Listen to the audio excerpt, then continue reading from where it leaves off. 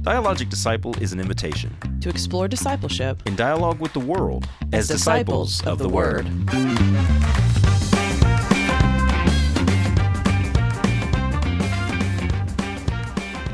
Hello and welcome to another episode of the Dialogic Disciple podcast. My name is James Johnson and I'm here with my co-host Elizabeth Shaby. Elizabeth, we have with us today the oldest, most mature millennial I ever met in my life. Indeed. His name is Mr. Phillip Coleman. Phillip, how are you doing today? I'm so darn good. Thank you. Thank you. Thank you for joining us today. Thanks for the invite. I've been a fan of the podcast since the first, I thought it was a 2-episode, but I looked back this morning, 3 episodes with Bonfilia. Oh, yeah. And then you were covering the laments and psalms. They're such wonderful topics. Yeah. And here you are all these years later after starting with that inspiring set of topics there. Well, today we have a couple things we want to talk about, but I want to start by just asking you, Phillip, a little bit about you and who you are and what your life has been about and your journey and your story here at Northside Church. And who is Phillip Coleman? Who is Phillip Coleman? Sarcastic enigma. I was born in Middle Georgia and grew up in the Baptist tradition, small church. If we had 60 people, you knew the preacher was going to keep you late because there had to be some sinners in that crowd. So I grew up in that sort of thing where the church was kind of the center of the community. Yeah. And we'd go home with each other and play basketball. And I sort of grew up with my buddies there. And nice. It was very much part of my family, part of my growing up. My grandparents helped build the church on both sides. My dad was a deacon, the small town, small church drill. Well rooted in the church. Well rooted. We had a big board that they would put in front of the church and we'd play tic-tac-no, and the questions were all biblical related. I studied scriptures so I could go to Cleveland to the Bible Memory Association camp. Oh, that's fun. I didn't know that. It was quite an upbringing. What was the first verse you ever memorized, Jesus wept, probably. That's the one. I remember why stand ye there gazing up into heaven. It's sort of the right before the Great Commission. Yeah. Jesus ascended to heaven. I remember that, but I can't remember the site. So it's really stuck with me after all these many years. Yeah. But no, I had a pretty normal upbringing. Went off to Mercer with the goal of being pre-med and being in the first medical school class headed out of Mercer, but organic chemistry kind of convinced me maybe I didn't want to do that. So I invented the gap year back in '79, spent a year in Washington, D.C. And I love that they call it the gap year. I've never known how to explain that year of my life until that term evolved. And decided to go into business, graduated from the University of Georgia. All right, go Dogs. And went to work in the Big 8 accounting world. Oh, wow. So many years, 8 years with Arthur Young, and then sort of moved into entrepreneurship, most recently in franchising. Okay. So been around and involved in Northside heavily for the last 20 years, but we joined the church my wife Joy and I joined the church in 84, 85. Okay. So you've been here for a few different pastors, a few different seen regimes. Bill Floyd twice, Bella Jones. Yeah. There's a roll call, obviously, Dr. Gill for many of those years, and now the wonderful Bill Birch. And now the wonderful Bill Birch, yeah. What is your experience at Northside been like? You raised some kids here? Yeah, both my boys are 35 and 32, so they both grew up in the church, the choir tours. My oldest son met his future wife on choir tour. He had the crush on the older girl, 3 years older, and pulled it off. He said it's mind control. He just had her from the start. So that's his version. That's his impressive. Version. So the boys grew up here, and we've done everything here. Attended worship, obviously. Been involved in Sunday school. Been on various committees and done different things service-wise, and enjoyed everything that Northside has to offer. Oddly enough, we came here because in visiting around the other churches, this was the friendliest place and it had the best music. Dr. Bill Floyd, his daughter Joy was the music back then, and now we've progressed to the wonderful Michael Devine. That's right, yeah. And obviously the contemporary service with Matt Jackson. So it's always been a blessing to me, the whole music scene that we have here, and we've enjoyed that. Yeah. And all the different things that Northside has to offer. You guys are regular attendees of the contemporary service, is that? Pretty much.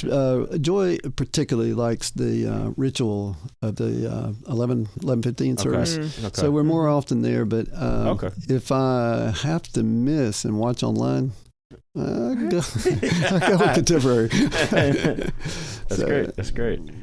Well, thank you so much again for being here with us today. We thought we were trying to figure out what we wanted to talk about today, and a new series maybe that we're trying to put together with some of the people around here.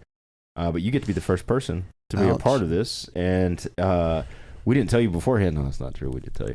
But we're going to talk about sin today. Correct. We are going to talk Bring in about an expert sin. when you have a That's topic to right. cover. I was like, right? who's the number one sinner I know? Phillip Coleman came straight to the top of my head. I need to go down to the river.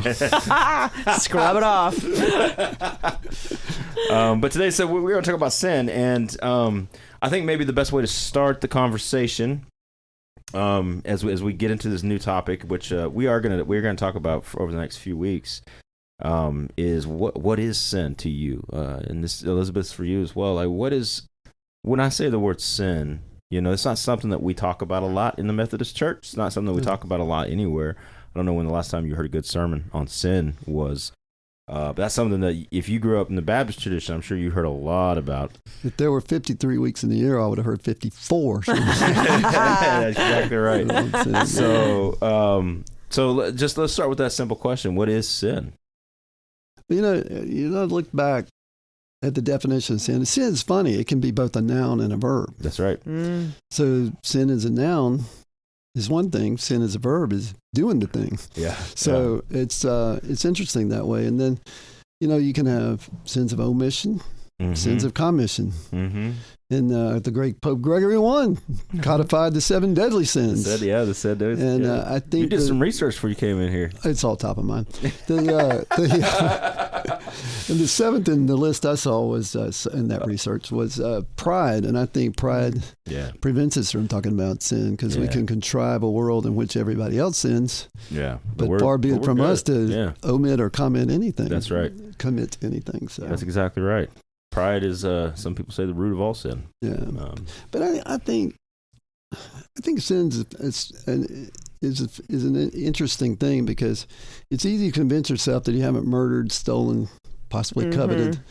You can sort of look at a checklist of sin and not check any of the boxes, right? Because clearly some of the most horrible things in the list you probably don't do.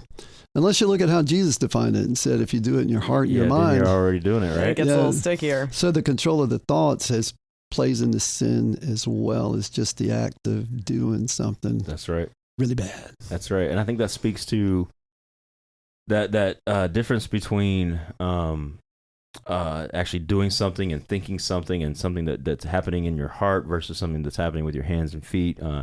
I think it speaks to that verb noun difference you were talking about before, because the question is one of the first questions to ask about sin is sin is it a condition or is it an activity? And what I mean by that is sin something that is it like a disease that we have, or is it something that we do? And if it's something that we have, if it's something that it's like a disease or a condition or a state that we're in, then you can't fix that by doing things differently. Something has to change inside of you, it has to be transformed inside of you. Right. If it's just simply a matter of activities and things and actions that we do, we can fix that. Like, you can just not do the things you're not supposed to do and do the things you're supposed to do. I would say if it's a condition, it's lack of awareness. Lack of paying attention. Yeah. I mean, I've heard you say this many times, James, that you really boil down everything that Jesus says, he's telling you to pay attention. Yeah. And I think a lot of times, if sin is a condition, if you want to talk about it that way, it's a state of not paying attention to our thoughts, to our actions, to why we are doing what we are doing, how we engage with the people around us. And we're just leaning too far into the what's the word I'm looking for? Like autoplay, in our heads. Like, and we're just going with the natural tendencies that maybe are not super close to how God intended for us to function in the world. Right. It takes a lot of energy and a lot of focus to pay attention to our lives. That's very reminiscent of what Socrates said, which is that sin is ignorance. and it's a level of not having paid attention, not learning anything, and not becoming self-aware. I don't know, Philip, what do you think? Is sin a condition or is it a activity? You know, as I mentioned earlier, the Baptist tradition I grew up in, you know, you kind of guided down the path that men are born sinful. Right. But I've had some conversations with you where maybe we're not born sinful, but the culture, the society, the environment, the fallen world exposes us to sin, and we become participants in these things and become changed that way from how we were created, possibly, if I can use that word. It's born, obviously, but created. But, you know, the more I think about sin, I think sin is more nuanced than a lot of the actual acts that we think we don't do. Yeah, I think that's right. I think as Elizabeth was pointing to, we can contrive a way in our lifestyle so that we're carving out things for ourselves and not giving them up to Jesus. Yeah.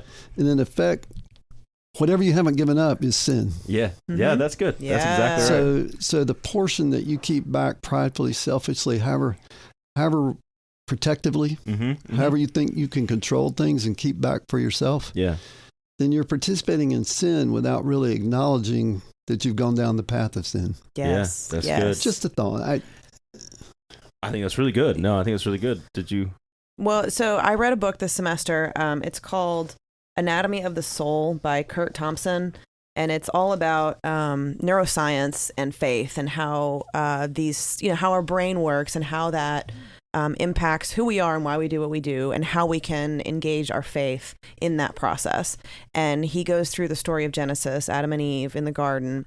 And that's one of the things he talks about is hiding.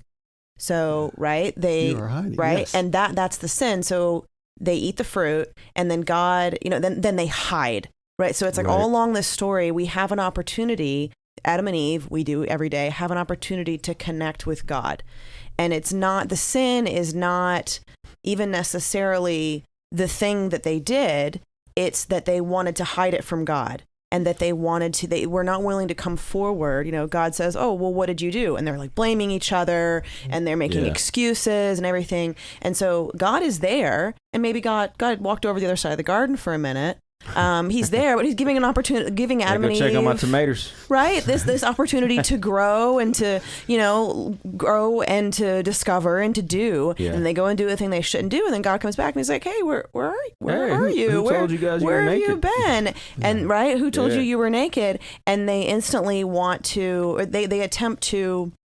Or I'm sorry, all their responses are moving away from God. Yeah. Where they have this opportunity to say all along, like Eve could have said, oh, well, God, tell me about this crafty creature, that's in here. What's going on with him? He's saying things that are making me uncomfortable, what is his MO? There's these opportunities along the way to turn towards God. And they choose not to do that. They turn away from God. They hide. They make excuses. And that's the sin. That's the sin. It's not that God has a problem with those emotions or the thing that happened. Like we can bring all that to God. The sin is not bringing it to God. Right. It's the concealment. Yeah. Rather than the confession. And I think that's one of the things that I've been saying, or that I've been thinking about, I guess, for the last couple of years, is the idea that God cares less about the sin. Like, God doesn't really care that much about the sin in the sense that he knows we're going to be sinners. He knows we're going to sin. Right. So it's not the sin that actually is the problem. It's our inability to confess the sin. Yeah. That is really the issue. Because what he has offered to us, both in the law as well as in the gospel, is a way to receive forgiveness from sin and be cleansed of that if we can stop concealing it and start confessing it. And that's what Adam and Eve failed to do in the garden, and it's what we all fail to do throughout the course of our lives. But we, and this is the way that sin works as a double whammy kind of thing, because it's pride that causes us to sin, and then it's pride that holds us back from confession. Right. Yeah. Right? Well, I think shame is the other side of that too. Yeah. Right. We feel shame. towards God, toward the people around us, because of our culture and the environment that we were raised in, and then we turn away. We want to hide what we did because we're ashamed of it. And shame is a very powerful. It is. It's a very powerful function in our little minds, and we want to get rid of that as quickly as possible. And a lot of times, running the other way looks like not confessing it, hiding it, covering it up.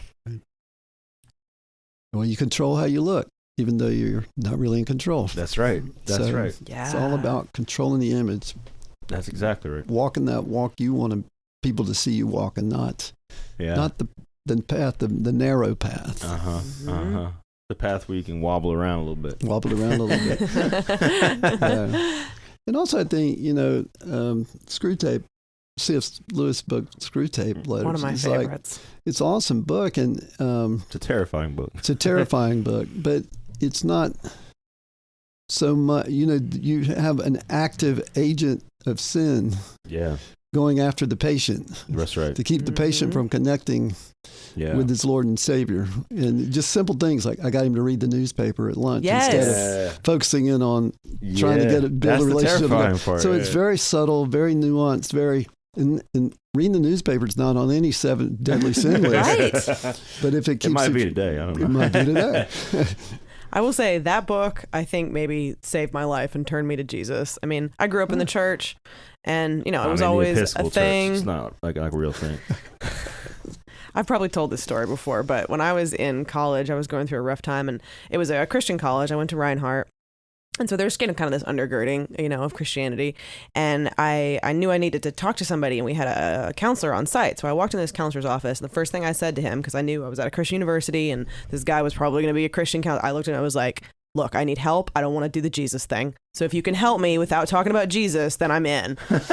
And after multiple years, the last one of the last times I saw him, I graduated, and he handed me the Screw Tape Letters, and he said, because eventually we got to talking about faith and Jesus, and he handed me this book, and he said, I honestly think that you might find this to be interesting. And I read it on the plane from Georgia to California when I moved out there, and it just opened my eyes. And it was like I needed the imagination. I needed that that hook. But it was those practical things of understanding what faith meant, and that all these big ambiguous words like faith and sin and things that I don't understand what those actually mean. I don't think a lot of us do. And that book helped me to understand what that really looked like in a very practical way through the lens of this crazy imaginative story. Yeah. And that got me. And then when I was here, you taught James, you taught that class on that book, and that was when I started coming to Northside pretty much. That was my first. That was good. The book is terrifying. I can see. And Lewis said it nearly drove him crazy because it's written from the perspective of Satan. That's right. Not from the perspective of God. He would never revisit that again. Because people asked him to keep doing it. He was like, I'm never going back to that. No sequel. Path. He's like, he got just 2 or 3 letters into it, and he was like, I don't want to do this anymore, but I got to finish it. I do think though that having that imaginative kind of picture of somebody actively trying to thwart your faithfulness is helpful to kind of understand what's going on in our nature now. Whether or not there are demonic forces or evil forces that are trying to actually do that, we can argue what those look like. There definitely are things that are trying to thwart us. What they look like, whether they have names like Wormwood or whatever, who knows? Yeah, who knows? But they have red tails with points on the end of it. That's right, with little horns. That's right, and a pitchfork, right?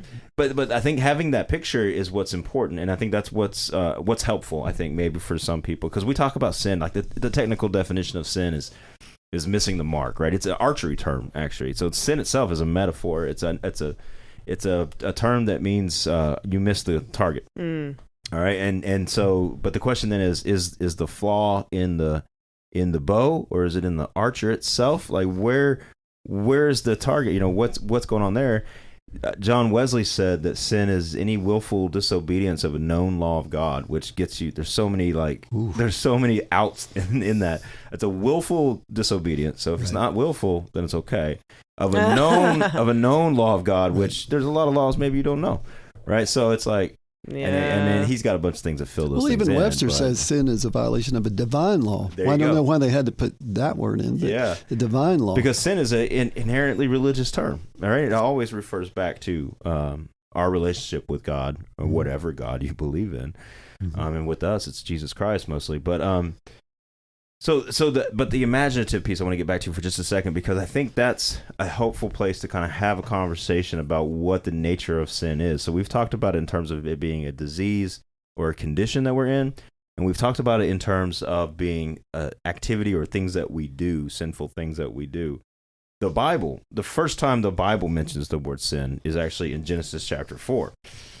Verses 6 through 7, which I want to read to you guys real quick. The context of this is Cain and Abel. And Abel is offering sacrifices that God loves, and Cain is offering sacrifices that God's like, nah, I don't want those. We don't really know why. It doesn't really explain why God prefers one over the other. Not really, not explicitly, except for that God prefers, it just seems like God prefers the second-born son in every story in Genesis, but that's okay. But Cain's getting upset because he's upset because God is not blessing his offering. And so in verse 6 of chapter 4 in Genesis, he says, "The Lord said to Cain, 'Why are you angry? Why is your face downcast? If you do what is right, will you not be accepted? But if you do not do what is right, sin is crouching at your door. It desires to consume you or to have you, but you must rule over it.'" So sin, in the very first time it's mentioned in the Bible, is kind of given in that imaginative, like it's a beast that's hunting you, that's lurking around the corner, that if you're not careful, if you're not doing what's right, it will pounce on you and consume you. And that's a whole different way. That's looking at sin as something that's outside of us, that's hunting us, that's trying to get into us, right? But I think that you get this imaginative picture of sin in this way that kind of Screw Tape did. And then maybe that's a way to kind of picture it in a way that's more helpful in our spiritual journeys. Yeah. And also in this story, the unacceptable sacrifice meant that there was an expectation that the sacrifice would be acceptable. Right. So you're presupposing God's favor or an unfavor. Right. And when you didn't receive the response you wanted, then you became upset, mad, jealous at your brother. All this tangible 7 deadly sins started to emerge from the thing. That's right. But you had an expectation of God. God didn't meet that expectation, so you blamed God and blamed your brother. And then he killed your brother. That's good. And that's really good. And then took down a path of actual murder. Yeah. So and that, sorry, go ahead. No. That's go ahead. But I think that's so good because that's speaking to that thing that happens inside us. Right. I had an expectation of God, and the problem started, and maybe the expectation's not bad. Okay, fine. We have expectations. It's a normal human thing. The problem started when the expectation was not met, and then I got upset about it. I got offended. I felt shame. I felt whatever it was. And then it starts creeping in from there, and bad things happen because, I'm offended. I'm ashamed, whatever that is. Right. I'm afraid. You're taking over God's role. Yeah. Presupposing that God's going to have an action, then you put that action on God in your mind, in your body, and your soul. You've reversed the role. It's God who has expectations, and not us. Yeah, that's good. That's really good. Of course, but this imagery is also true too, because whether you're born with it or your culture affects it. In your case of the arrow, maybe it's not the bow or the archer. Maybe it's the wind that blows along the course of the flight of the arrow. There you go. But whatever perspective you take, there is an active force out there. Yes. Who's willing to come get you if you don't trip yourself. Yeah. And I think that's why I've started to lean in. This is what I'm about to say is going to make me technically a heretic. That's always fun. But I'm leaning in this direction, and I'm exploring this through different avenues. But like you said before, Philip, the traditional teaching of the church is that we were born with sin, that we're all born sinful, that we're born corrupt. And we call it original sin, right? That it stems from Adam and Eve in the Garden of Eden and comes all the way down to us. I think we are all sinners. I do think that, but I find it hard to believe that sin is genetic and that it's like something that's been passed down in our DNA. And I want to believe, and there are scriptures that go against what I'm about to say, but there are scriptures that support this too. So, but I want to believe that we're all born and created good. Just like all of creation was born and created good in Genesis chapter 1. But we're born into a diseased society with creatures that are hunting us, right? To use the metaphors we've been using. And it doesn't take long to socialize somebody into sinful behavior. Yeah, well, we're born to, some people, we're born to be, whether your parents stuck around or not, you're born to parents, and you are raised by people. There are adults around you that either stuck around or didn't, that were good to you or not. And even the best of us, if we want to, we are all sinners, that is true. So even the best parent out there that has the best intentions is still a sinful human being and is flawed to some degree and creates human being. You're raising a human being and you're doing your best, but, And if you're raised in sin, in a society, in a family that is couched in sin. Yeah. Right? And if you're raised in sin, it becomes part of your nature and who you are. So it does reach the level of being a primary thing in our lives. Like, it does reach the level of being something that has to be rooted out by the Holy Spirit. It's not something you can overcome yourself. I don't mean to suggest that, but the idea that we're just born, maybe we're born with a predilection towards sin or something like that. But I have a hard time believing that we're born and babies are evil or sinful, right? Doesn't make a lot of sense to me. I think we're born with a drive for self-preservation, and that leads us down the road to sin. That's exactly right. Because... I wrote a paper on that one time, actually. Oh, okay. All right, what you got? No, that was it. Like, the whole idea of original sin is actually that drive of self-preservation within us. Yeah. That gets corrupted, and that what we see in Jesus is the opposite of that, self-sacrifice, and that's the answer to the self-preservation situation. Yeah. But we spent a whole devotional talking about that not too long ago. Yeah. Not too long ago. But yeah, I think we're born to survive and to want to feel good and to connect and attach with people.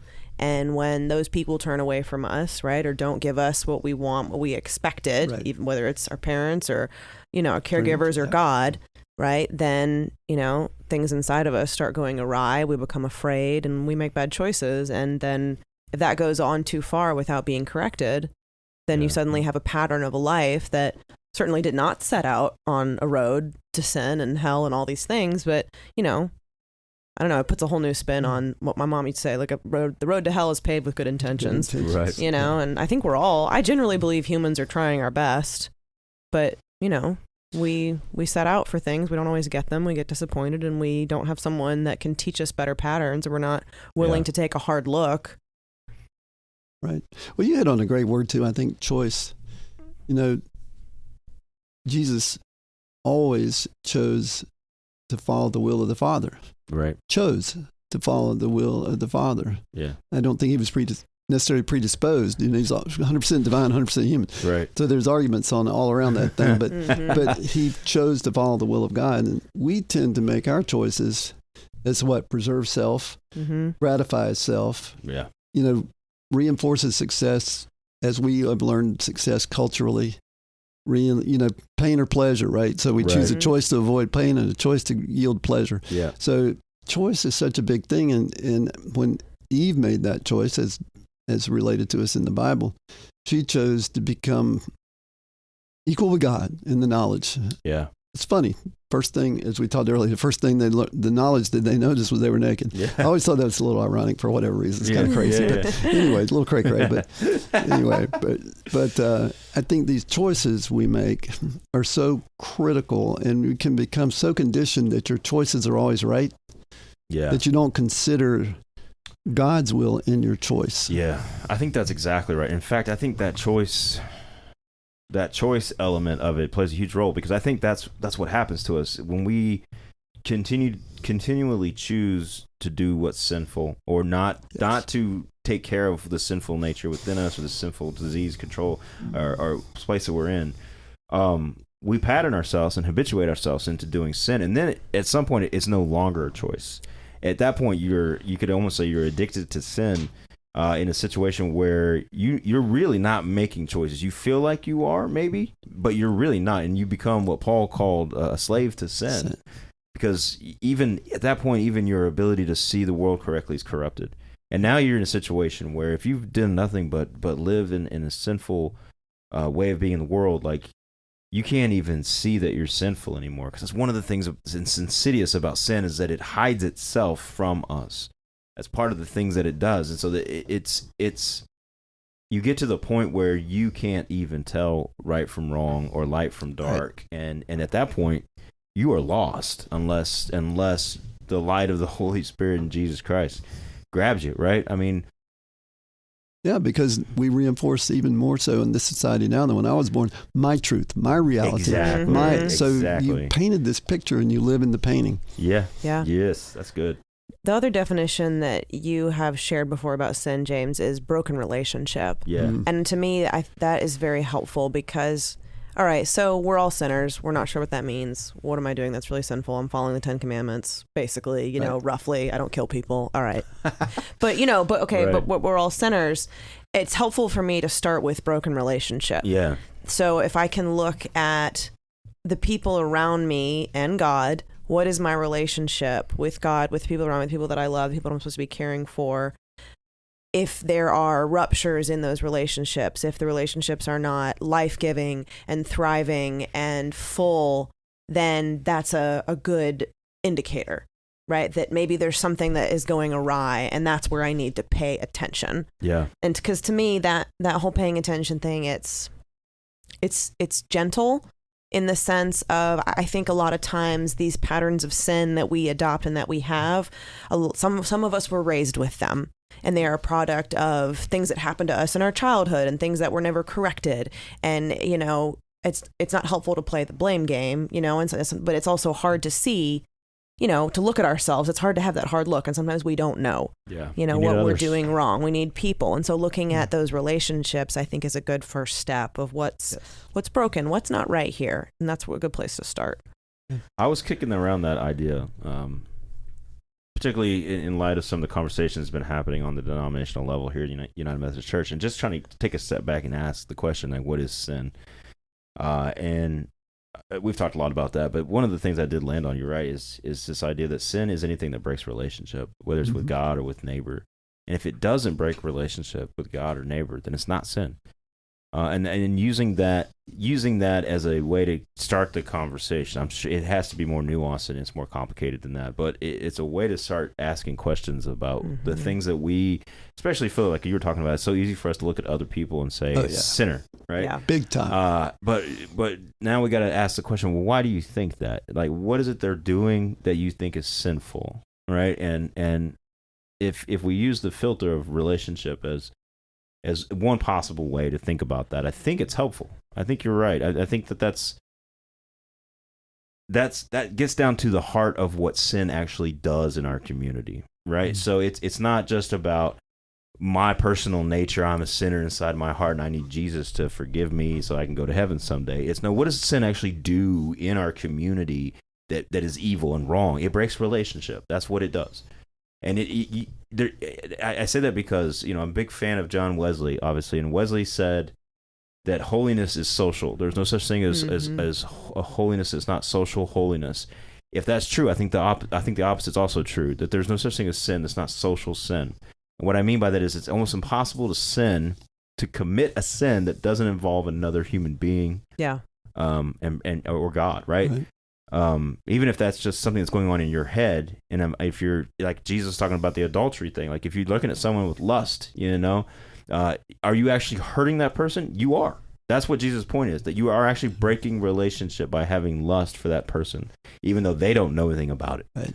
So there's something to that, and I think we need to flesh that out a little bit more about what that looks like, what that means, but it's at least a good place to start that. Well, I think one aspect of that is if you're known to be a believer, known to be a Christian, known to be a churchgoer, however society looks at you, but puts you in that sort of that box. Yeah. And then you go out, like me, on the pickleball court and blow up and take the Lord's name in vain. And the people know that you're, you know, there must be a bunch of hypocrites over there at Northside if this guy's represented. But it's not just that I may or may not have done that act. It's a question of, because seriously, half my group is atheist. Yeah. Half my pickleball group are they that way because of you? Because of the way that that's my point. You know, am I bringing them close? Am I showing them an example where they might want to consider what's going on? Yeah. You know, on the Christ side of things, or am I pushing them further away, deeper into their belief pattern, saying God's useless, God's worthless Phil's a believer Yeah. and he's like this, then Yeah, why do I what's need the it? difference? Yep. So you're right. In the community, Yeah. whether they know it or not, subconsciously, they may be reinforced in their atheism if I'm not salt and light. That's right. That's right. So I don't know. Yeah. That's a silly, in a way, sort of example, but it's No, real. I But think it's real. No, I think But it's it's a real. daily, real example. Yes, that's exactly. You don't have to get so big with this, you know? Right. Yeah. That's the screw tape thing that I love so much. It's those little things, little tiny things like that. Yeah. Because again, if like we started this conversation, you go down the list. Okay, well, I'm pretty good to my mother and father. You know, sometimes I swear, but it'll be fine. You know, I don't kill people. You know, I don't. You know, you go down that list. I don't steal say my stuff. prayers. Right. I say my Right. prayer. Okay, overall, I'm pretty good. Right. Okay. Yes. But let's look at those little things. To me, that's the stuff. It's And that's- those little moments. I think that those little moments, particularly when you become aware of them and you become conscious of it, that speaks to a character that's being purified and transformed. Yeah. Because if you weren't, you would have noticed it. You wouldn't have mattered. And when we focus on the checklist of things that you're supposed to do, the 10 Commandments of the gospel, whatever those are, because that's what we've done is turn the gospel into another kind of law. When you focus on those things and you say, well, I got all those things checked out, you're no better than the Pharisees, right? You're no better than any of that. Yeah. And you are actually being blinded to what's really important, just like the Pharisees were. So there's a level of like, I think understanding that sin, and I think at the end of the day, sin is a disease that we catch. And it's the particular sins that we do are the symptoms of that disease, but you can't fix the disease by simply getting rid of the symptoms. It's still there at the core. You have to have the cleansing power of the Holy Spirit. I mean, that's the only way to do it. And that's sanctification, and that's a process, and that takes time. Well, that's the path to restoration that God gave us. That's right. You know, that started back with his covenant with That's right. Abraham, Uh-huh. and worked its way through to where we are today. And to the extent that any society, whether it be ancient Roman society or today's society, to the extent that society can cloud that picture and give you a different answer or a different solution, then sin is one. That's right. Whether it's a noun or a verb, sin is one. Yeah. That's exactly It's right. a beast out there, It's a as your beast. scripture says. It's a beast that's hunting us. It's good. You know, James, too, we haven't really touched on this, but in some ways, again, going back to the tradition I grew up in, the idea of sin was married greatly to punishment. Yes. You know, sin was taught in the context of you're going to hell. Right. Not necessarily the ABCs of sin or the checklist of sin, but and the wages of sin is death. That's what man has to go Paul through says. death, but Yeah. we have through Christ a resurrected body and a resurrection tomorrow. In fact, I just had a conversation with my business partner of mine who's going through a lot of problems. He said, but I'm taking the blows. I think I'm immortal. And I said, buddy, you are. You are immortal. You're going to get a new body. You're going to get a new day, a resurrected day. That's true. And so even in that comment, he was very much speaking to his worldly situation right now and the troubles he's going through. Yeah. But there was a revelation in that to me that we are immortal and sin is related to punishment, but we're going to miss that punishment because Christ took it for us. I think that's good. And that's really something to keep in mind when we have conversations about sin. Is it the reason why sin is so problematic and dark, why it's so why it's something that God hates so much is because it causes separation between us and God, right? And so what God actually cares about is not the sin. Again, it's about the relationship with us. Right. And he does the punishment thing is, you're right, like in the context of a Baptist church or whatever, it's that. And since we don't talk about hell around here either, we don't talk about sin, right? I think there's some correlation there. But the idea is that this is supposed to have a positive feel to it. That God's desire is to be in relationship with us, to love us fully and have us love him fully. That's the goal. And God's going to do everything God has to do to make that happen. Yep. And some people think no matter what, that God's going to make that happen. Like that is the goal. And sin is the thing that gets in the way of that. And when we get blinded by it and fall off cliffs like sheep, that's it's brokenheartedness for God. That's not. Yeah. God's not looking to punish anybody. He doesn't want to. Yeah. I mean, just like the garden, right? God comes looking. He's like, hey, where are you? Where have you been? What you been up to, guys? What you doing? God why you got fig leaves on? What's up with that? Here, let me make you some better clothes. Even in that moment, there's a moment of grace, right? Yeah. God's like, okay, you guys know you're naked. Let me give you some leather. It's a complex topic, and I know you'll drill down on different aspects of it in future weeks. But simple thing is, try to connect. Try to find that way back. God's trying to find you to bring you back. Yeah. And you need to try to find the way back. And it doesn't mean waking up in the morning and saying, "I will not cuss today. I will not." Right. It's a little bit more, I think, more intangible than that. It's more of a heart thing. Yeah. It's more of a spiritual soul thing. Yeah. And I know that's kind of an odd term. Soul is kind of a weird term. But that's exactly right. And I would say, I totally agree with you, Philip. And I think this is where sometimes we go wrong is we try to make a list of all the things that we're not going to do. I can't live into perfection by not doing A, B, C, and D. Right. And so what I would suggest then, in response to that, is instead of making a list of all things you're not going to do, just confess the things you did that day. Yeah. And don't make promises. Just say, "Here's what I did, Lord. I am a sinner. Right. Have mercy on me." And that's such God. a different thing. Jody Alderman, an associate minister here several years back, used to say 90% of praying is begging. Yeah. But if we changed our template to confessing, asking for forgiveness, it would change the context of everything you're doing, and it would change the feedback. And when you listen in prayer, I think it would change what you hear. I think that's right. Yeah. I think that's right. And that, more than anything, is going to change your perspective, hopefully cleanse some of that dirt and mud out of your eyes. Right. And help you to see yourself, but you'll become more aware of when you fall into those traps, and you'll be able to pay attention and get yourself out, or not get yourself, but know when you need the Spirit's help to get out of that situation, right? Right. Yeah. Yeah. I think we have a Creator that wants to know us and wants to be known by us. And so it's about turning towards that. Yeah. And turning ourselves towards that. And that doesn't always feel fantastic in the moment. It can be hard. But again, it's not the list of do's and don'ts. It's the being aware, being present, being willing to be loved unconditionally by this Creator, and accepting that, and turning towards that. Gone too far now. See, he's uncomfortable. Turning away. The beast is crouching. I see the beast, right? Well, Phil, thank you so much for being a part of this great conversation. Did we get up to everything you wanted to talk about today? Did you have anything else you want to throw in there? Oh, Lord, we've talked enough sin for one day. Well, thank you for helping us kick off this Sin series. Summer Sin series. Well, it's a pleasure to join you guys. Thank you. Yeah. Listening to the podcast over the years, I've found a mixture of entertainment and inspiration and a little bit of everything in there. Elizabeth, you've been I didn't think anybody could replace Nick, and God bless Nick. And yet here I am. You've done a tremendous job stepping in as the co-host, and I hope that whatever words we've done today and whatever thoughts we put out there, they resonate with somebody. And help them with their journey. Amen. Good word. Elizabeth, thank you for being here. Guys, we'll see you next week.